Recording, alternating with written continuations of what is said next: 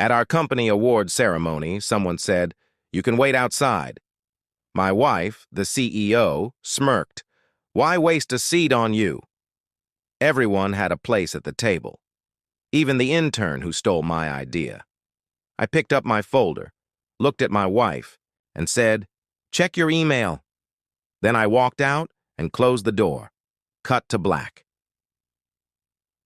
10 years earlier, the knock life doesn't blink. It kicks in your door at midnight during a storm and hands you a problem with a heartbeat. December 21st, Crestview, Colorado. I was in my cramped office, forcing a lawnmower pitch to sound exciting, when the storm rattled the windows.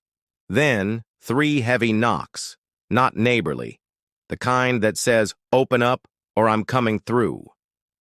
I opened the door. On the day, Matt sat a soaked baby carrier.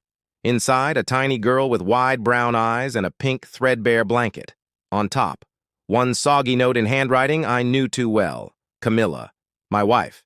Technically still my wife. "I can't do this. She's yours now." "No." "Dear Dave." No explanation. Just a handoff in 5 words. Tail lights vanished into the rain.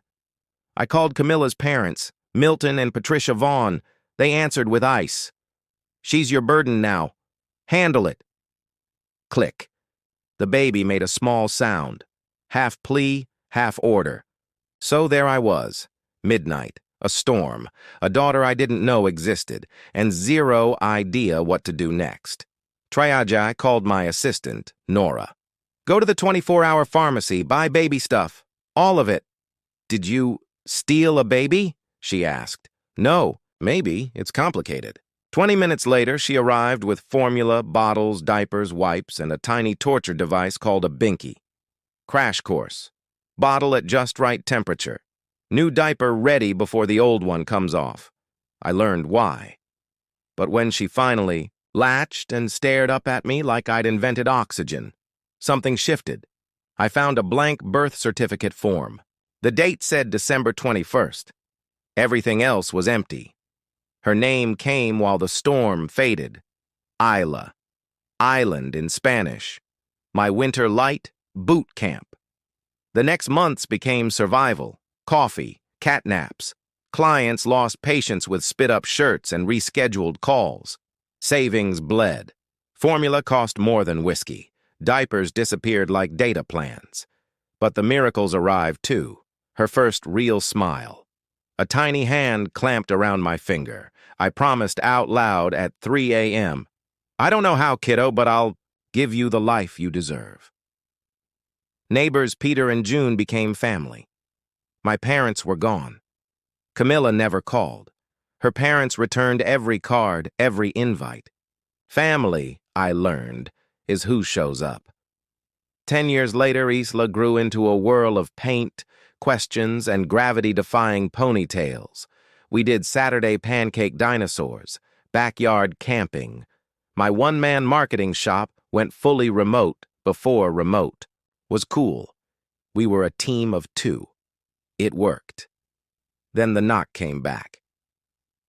The return Camilla stood on my porch, polished, expensive, and smiling like an ad.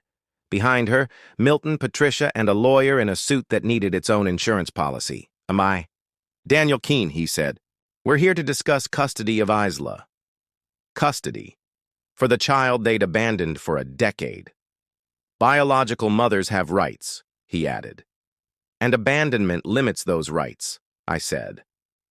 I called Victor Hahn, my college roommate, and the best lawyer in Colorado. He arrived in 12 minutes with a briefcase that looked bomb-proof. We let them sit in my living room. Victor prefers opponents to hang themselves on record. Patricia said, "We want our granddaughter back with her real family." Victor asked, "When did you last see her? Call her? Send a card?" Silence answered. Keene threatened court and the media. Victor smiled. "Please do, especially when they learn the real reason you're here." The reason Victor and a PI named Ray dug fast. The truth was ugly. Camilla's grandmother, Gertrude Vaughn, had died 6 months earlier.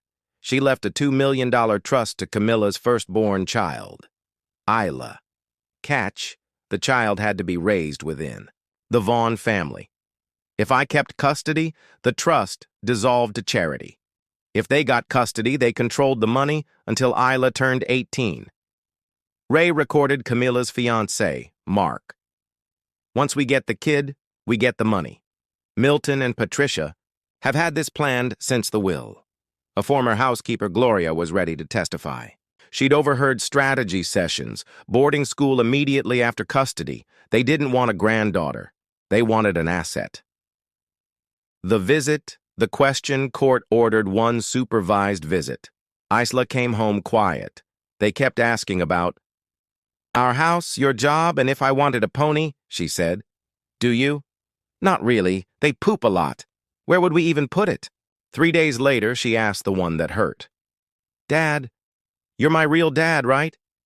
I took her hands. I'm the one who chose to be here every day for 10 years. That's real. She nodded, then brought me a drawing. 2 stick figures under a rainbow. Best dad ever. Center fridge placement, mandatory court family court, Division 3B. Judge Harold Linton, 15 years on the bench, 0 tolerance for nonsense. Victor opened clean. This is a father who stepped up when no one else would, and a family that returned when money did. Exhibits rolled, the abandonment note, photos of Camilla living the high life. June testified she'd witnessed the drop-off in the storm. Gloria testified about the investment. Ray played the fiancé's recording. Get the kid, get the money. Victor handed the judge a sealed file. The trust conditions, debts, and attempted bribes for negative statements about me. Keene tried the reformed mother angle. The judge stopped him cold. Are you seriously arguing that a woman who abandoned her newborn should get custody because she wants access to the trust? We recessed for 30 minutes. It felt like 30 years. Verdict back on the bench, Judge. Linton looked disgusted. In all my years, I've rarely seen such a clear case of attempted exploitation of a minor. He dismissed the petition with prejudice. I retained full legal and physical custody. He referred the trust manipulation for investigation and issued a restraining order, no contact without court approval. Patricia stood and hissed, "This isn't over." It was outside, cameras swarmed. I didn't win custody, I told reporters. I already had it. A judge confirmed what's been true for 10 years. Keene resigned from his firm. The bar opened a review. The trust moved to an independent trustee, Sarah Chun. Isla's education was secured. The principle stayed simple. Protect the child, not the relatives. The Vaughns sold their Denver estate and disappeared. That night, Isla asked, "Why are you happy?" "Because I get to tuck you in. Always."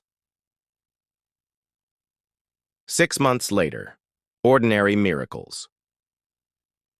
Life went quiet in the best way. Isla thrived, started a recycled art club, and called our neighbors Grandma June and Grandpa Peter. New clients arrived, people who wanted to work with someone who kept his priorities straight. The restraining order held. The silence was peaceful. One spring evening, I flipped burgers while Isla played with the neighbor's cat. She asked, "Do you think I'll ever see them again? Maybe when you're older if you want. Right now, they're not ready to be the kind of family you deserve." "What kind is that?" "The kind that shows up every day. The kind that thinks you're worth more than money." She considered it, then grinned. "Good. I like our family exactly the way it is." "So do I, kiddo." "So do I."